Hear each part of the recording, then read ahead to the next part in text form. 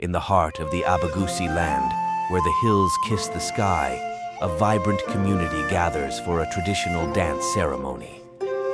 Here, amidst the rhythmic beats of drums and the vibrant swirl of colors, Nyaboki meets Omwoyo.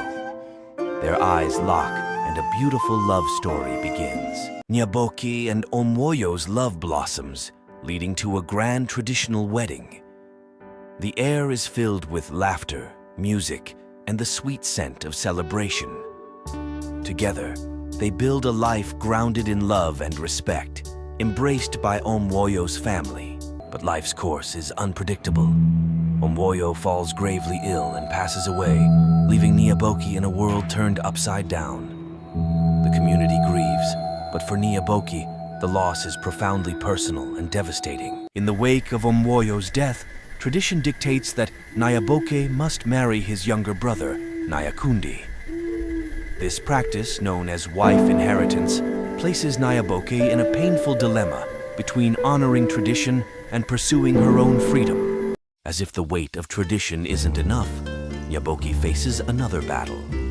Mzi Mogaka insists that Omwoyo's property should stay within his bloodline, denying Nyaboki her rightful inheritance. Kemunto, her supportive mother-in-law, stands by her side, advocating for her rights. With Kemunto's support, Nyaboki decides to challenge the traditions that oppress her.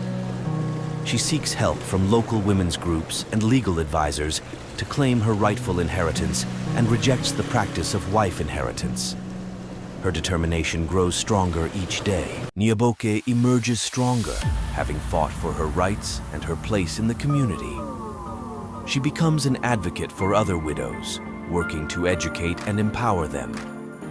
The story ends on a hopeful note, with Nyaboki looking towards a brighter future.